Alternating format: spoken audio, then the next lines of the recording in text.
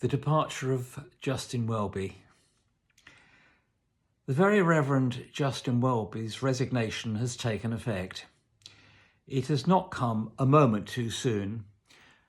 I was full of hope that after the pained academic Rowan Williams resigned as Archbishop of Canterbury, Welby was what was needed.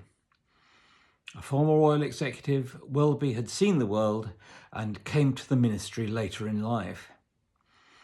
He looked a bit like an owl with those round glasses, and there is an English simile, as wise as an owl.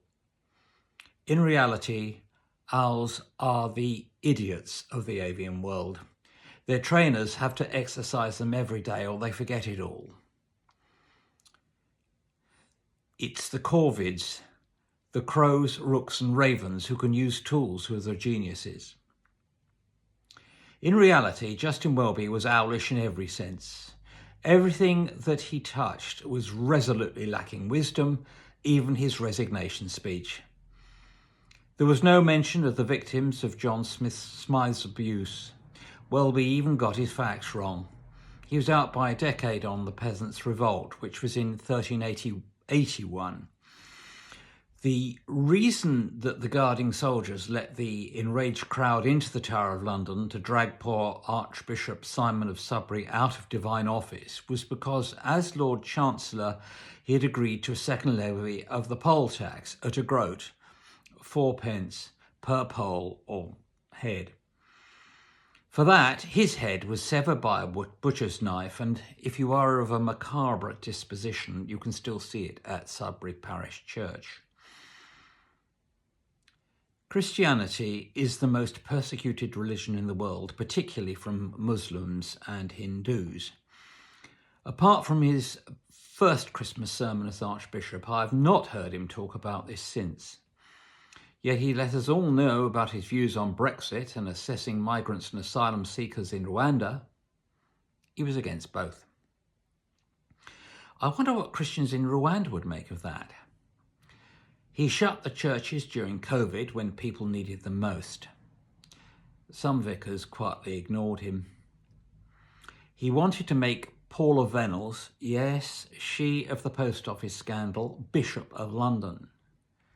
Maladroit managers are the last thing the Anglican Church needs. Religion is at such a discount today that he accepted that he should take on the guilt of the British slave trade upon the Anglican Church. I mean, where do we stop?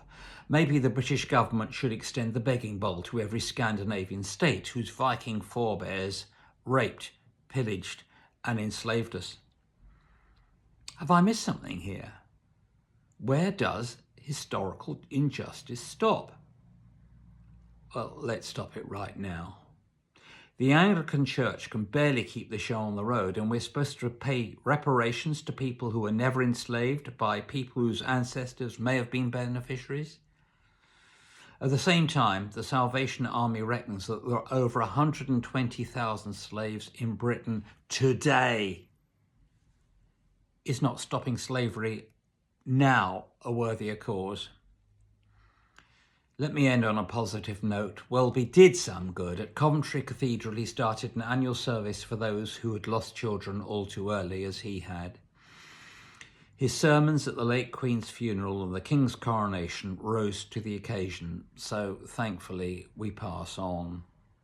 Or do we?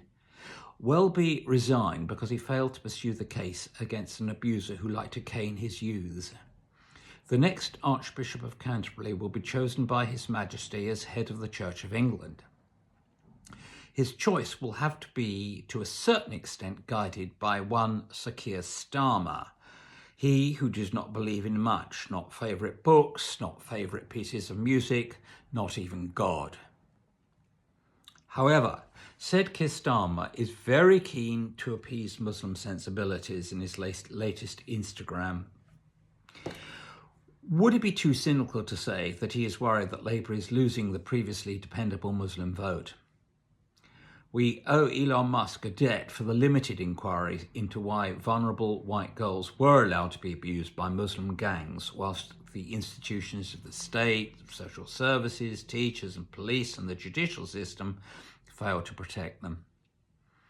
If Welby finally took responsibility for one instance of abuse, the great and the good should take responsibility for their chronic failings. Somehow I doubt if they will. Don't you?